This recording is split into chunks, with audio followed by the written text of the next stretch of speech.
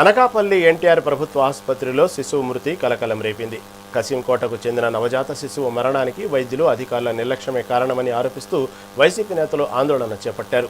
మాజీ MP Bisetti Satyavathi, party పరిశీలకులు బొడ్డేడ ప్రసాద్ ఆధ్వర్యంలో ఆసుపత్రి ఎదుట భారీ నిరసన నిర్వహించారు.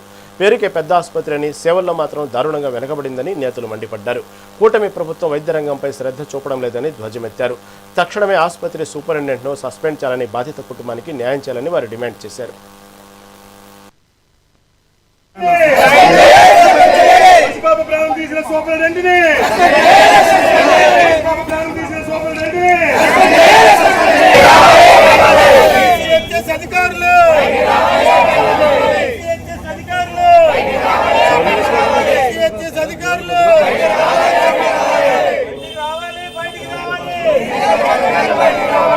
తీసిన డాక్టర్ని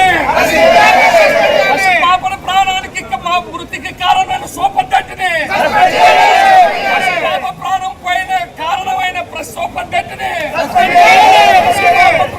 ఇలా జరగకుండా ఉండాలంటే ఈ విచారణ